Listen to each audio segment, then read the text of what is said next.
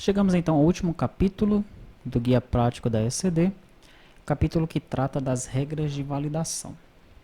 Então ele começa informando aí que as validações são executadas em 3 blocos. O segundo bloco só é realizado se não forem encontrados erros no primeiro. O terceiro só é realizado se não forem encontrados erros no segundo bloco. Tá? Então, de repente você pôs um arquivo lá para validar, apareceram 2 erros. Você consertou os 2 erros, pôs para validar novamente, apareceram 40 erros. Como assim só tinha 2 erros, né? Porque esses 2 erros eram de primeiro nível, ok? Depois que ele valida o primeiro nível e passa daquelas regras de validação do primeiro nível, ele entra nas regras de validação do segundo nível, do segundo bloco de validações, como ele menciona aqui, tá? O programa validador do SPED, ele realiza as seguintes verificações. Primeiro, a validade dos certificados digitais utilizados nas assinaturas do livro e do requerimento. Segundo, verificação de repetição de número de outro livro já enviado. Terceiro, sobreposição do período em relação a outro livro já enviado, outra escrituração contábil digital já enviada. E, por fim, a integridade da transmissão. As validações de certificado são normalmente realizadas pelo ReceitaNet.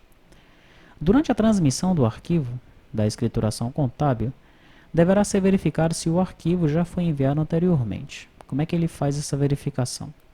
Ele considera uma combinação de alguns elementos: o CNPJ, a NIRI, a forma de escrituração contábil, o número do livro e a natureza do livro. Se isso aqui se repetir, é porque já existe esse livro lá na base de dados, ele não vai ser recebido novamente.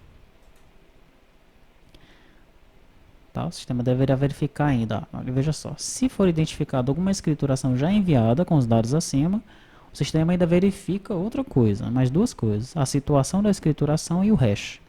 Que pode ser que a escrituração que foi enviada tenha sido indeferida. Né? Então, se ela tiver sido indeferida e o hash for diferente, ou seja, existe algo de diferente no arquivo, então ele vai aceitar a transmissão. Agora, se a escrituração anterior, você mandou um arquivo, ele foi indeferido, aí você tenta mandar o mesmo arquivo de novo, ou seja, o hash vai ser igual, ele não vai aceitar. Tá? Durante a transmissão do arquivo da escrituração, deverá ser verificado se o arquivo não está sobrepondo o período de outro que foi enviado anteriormente.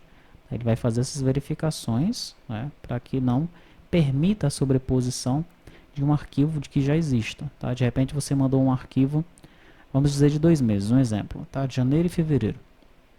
Daí você tenta mandar um outro contendo fevereiro e março, vai dar um erro, tá? Porque você está sobrepondo aí o período de fevereiro que já se encontra lá no arquivo com janeiro e fevereiro, nesse exemplo que eu dei aqui. Né? Os erros que aparecem são de 2 tipos, as inconsistências. Primeira inconsistência, erro.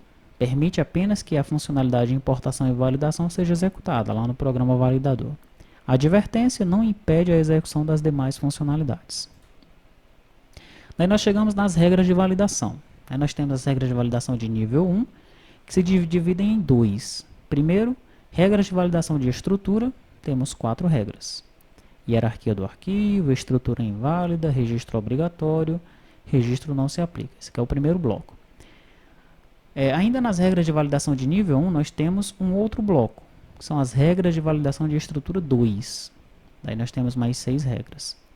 E aí nós chegamos no terceiro bloco, que são as regras de validação de nível 2. Aí aqui nós temos 60 regras. Tá? Então ele só valida essas 6 regras aqui, caso essas 4 estejam ok. E ele só vai validar essas outras 60 regras, vai entrar nessa validação, se essas 10 de cima já tiverem passado.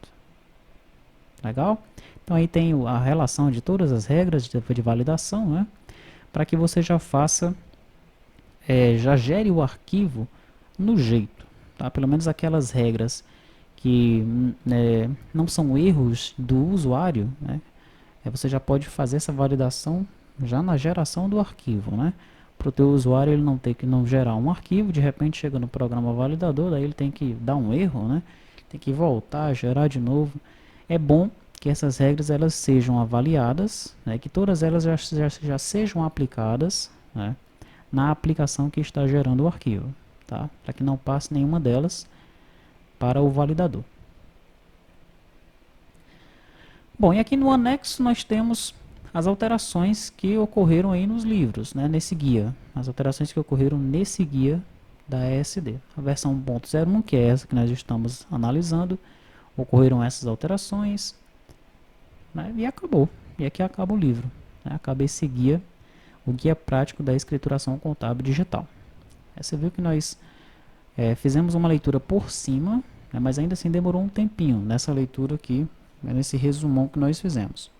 Como mencionei anteriormente, se você vai focar em SPED, se você vai prestar consultoria, vai desenvolver esse sistema, vai realmente vender esse sistema, é bom que você leia tudo que for possível, tá?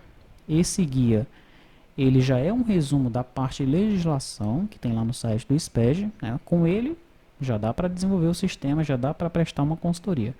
Mas é bom também que você leia toda aquela parte de legislação que se encontra lá no site do SPED, ok?